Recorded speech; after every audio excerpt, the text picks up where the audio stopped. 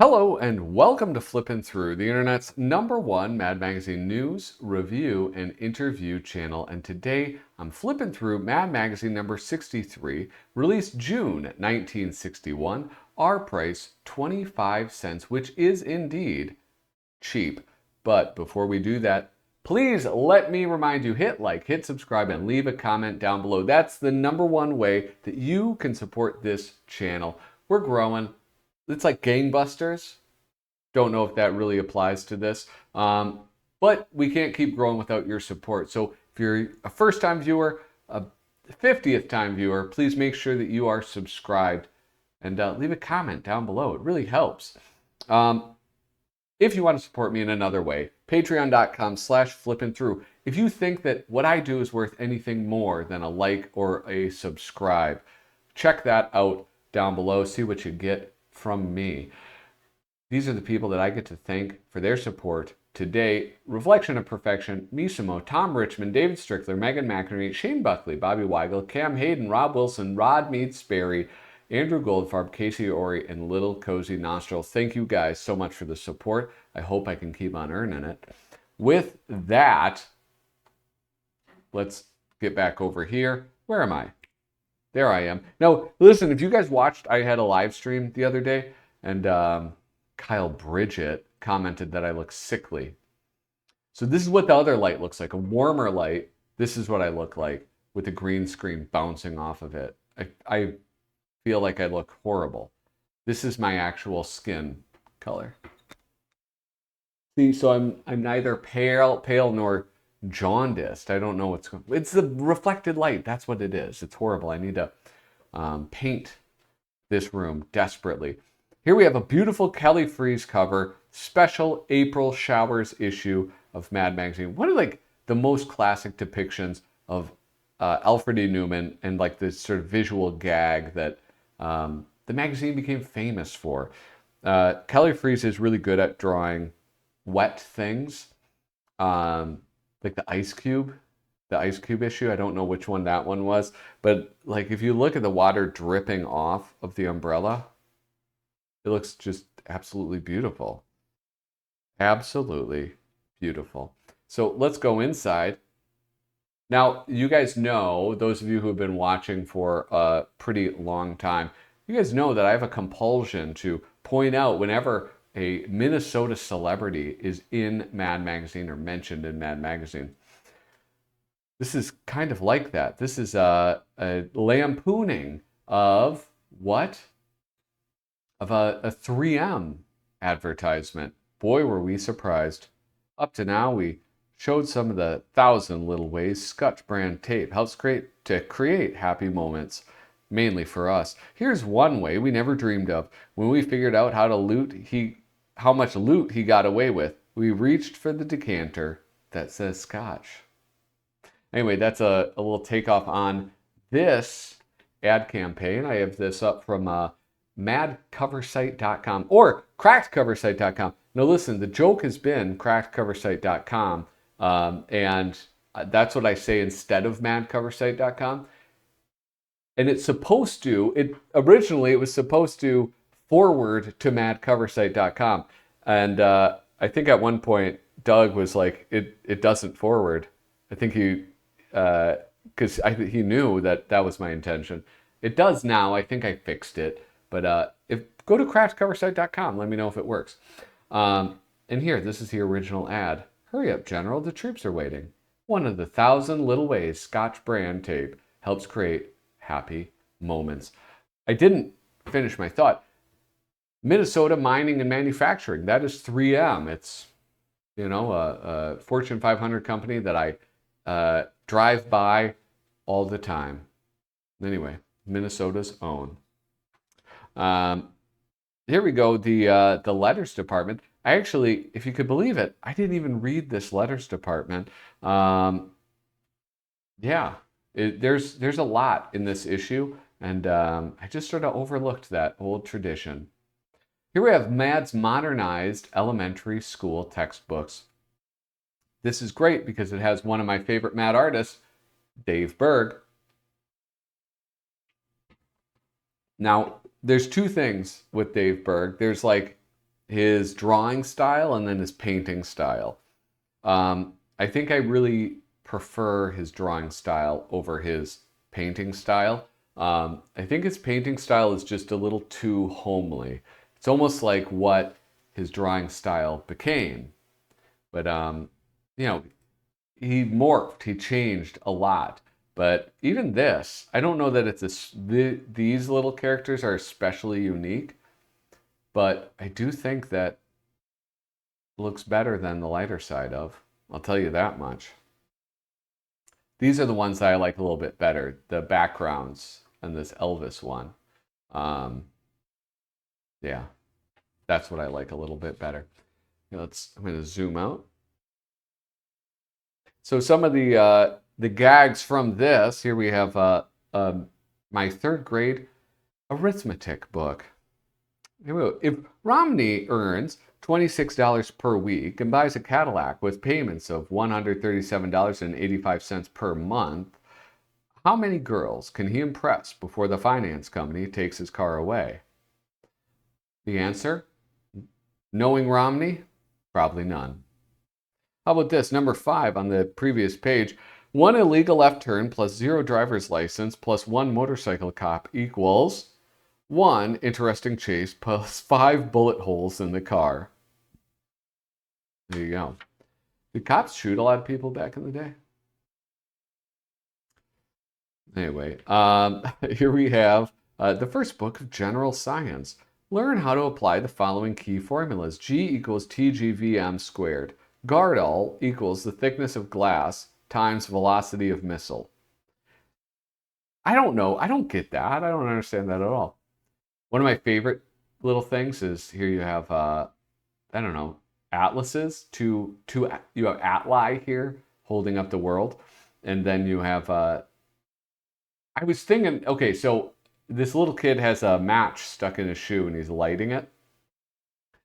And that's like an old gag, right? And I get the concept. You stick the match under the shoe and then you light it and then it would cause the first person's foot to burn.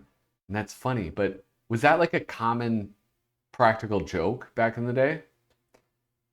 And I think that's I do think it's a very funny practical joke. If somebody did that to me, I would be amused. Here we have what is in a name.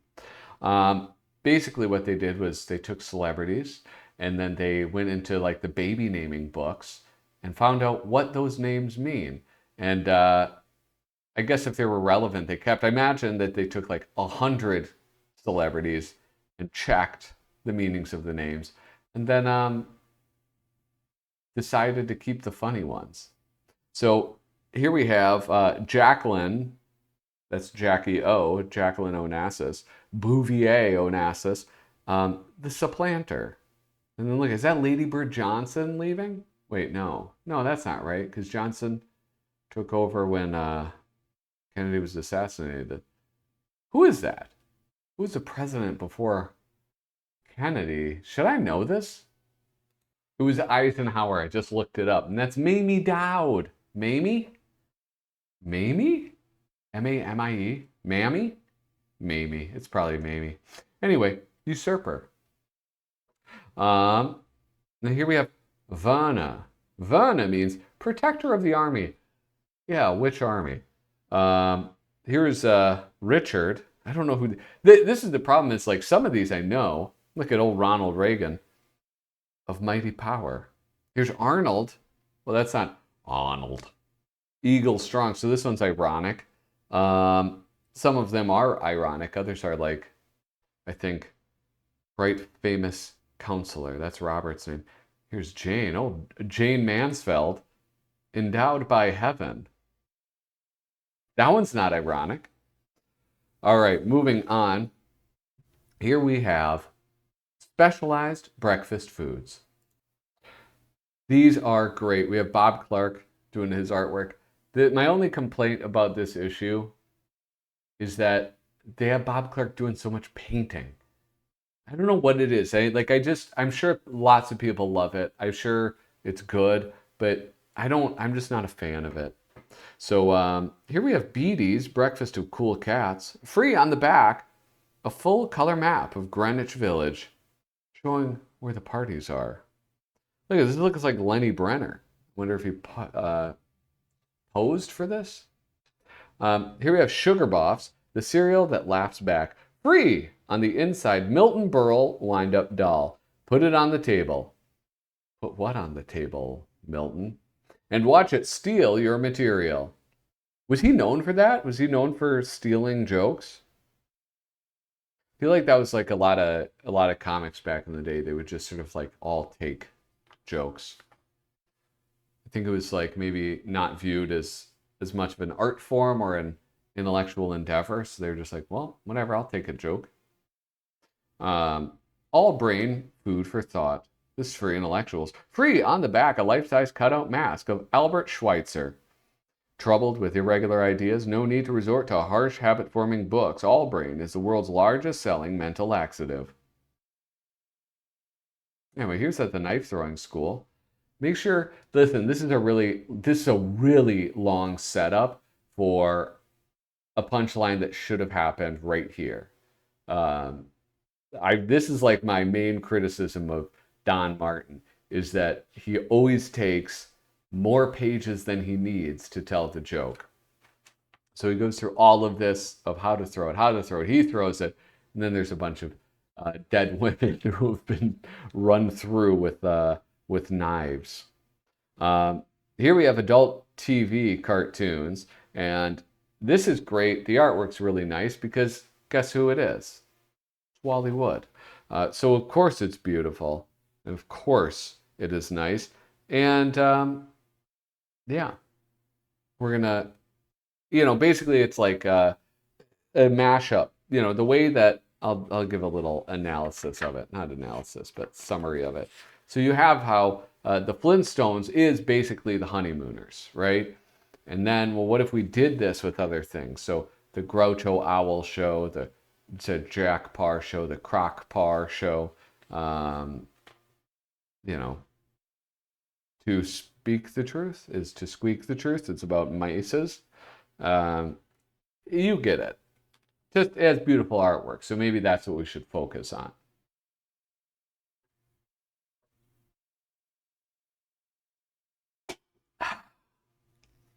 Delicious. Here we have how to improve America's prestige abroad. But I am going to just turn the page on this one. Beautiful artwork, but not a lot to talk about. I love this Spy versus Spy setup. This is like, look at that honeypot that the black spy set up. It's just beautiful. You know what I really like is just like this little thing right there. That tiny little shadow of like the corner lifted up. That looks great. Anyway, Antonio Prohías is so good. All right, what does he do? Got a phone, sets it up. Damn. Okay, this is kind of rare. This is one of those Spy versus Spy where they definitely die. And this is maybe one of the more graphic ones outside of the one where the spy gets chopped up by a propeller and body parts go flying. For some reason, this with the bullet like going through his head is I don't know, it feels a little bit more graphic than the a puff of smoke and body like a teeth and things like that.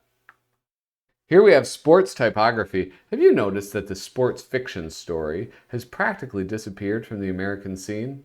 Today, people would rather enjoy the actual sport in the flesh or on television than read about it in print. The reason is simple: action. Reading about a sport can never match the action of watching the sport itself, which brings us to this article. Here's MAD's new way of repopularizing sports fiction by introducing the action that's lacking with sports typography. I thought almost certainly this would be a Max Brandel. That's what my guess was. But this says, artist Archie De Silva, New York Typographical Union, number 6. nobody is credited as being the writer for this. And I'm curious, well, let me double check Mad Cover Site. So Mad Cover Site just has Archie De Silva as the writer, and that's his only credit in all of Mad Magazine. This is fun though. I mean, it's one of those things where it's not funny, but it's really fun to read. It's fun to interact with this. I really enjoy stuff like this quite a bit. Yeah. San Giorgio delivers the ball. It's curving down the alley and hooking in a little too sharply. It's going to miss the pocket and hit full on the head pin, and it looks like it's going to end up a split. How cool is that? I mean, golly. Here we have this, the minute after that 1 minute TV commercial, sort of the, on this side, the classic ad, and then what happens just moments later. And this is what I was talking about. Like, you know, look at Bob Clark up there, the pen and ink. Looks absolutely gorgeous. Paintings too. I mean, it's like, I'm not going to say that it looks like shit, but I don't know. I just like his drawing better. Hey, do you guys remember? There's this, right? The Hertz rent-a-car commercial. Let Hertz put you in the driver's seat. And he busts through the thing. Was it Mad Magazine? I swear to golly, like I thought Mad Magazine had one where the guy jumps in and hits his nuts on the shifter. But am I conflating Mad Magazine with Austin Powers, the spy who shagged me? I don't know. I hope not. This is a great one. This is like the perfect length of a Don Martin cartoon. You know, these beautiful, what are those called? Fountains? Say, are you the guy who created all those fine masterpieces? Look at him go. The Great Magazine Circulation Drive. This is one that, as I was reading through it, I was like, what? I don't get it. I just don't get it. But I think that's my age. I think a magazine circulation drive is just something that I have no experience with, so it's kind of just goes right over my head.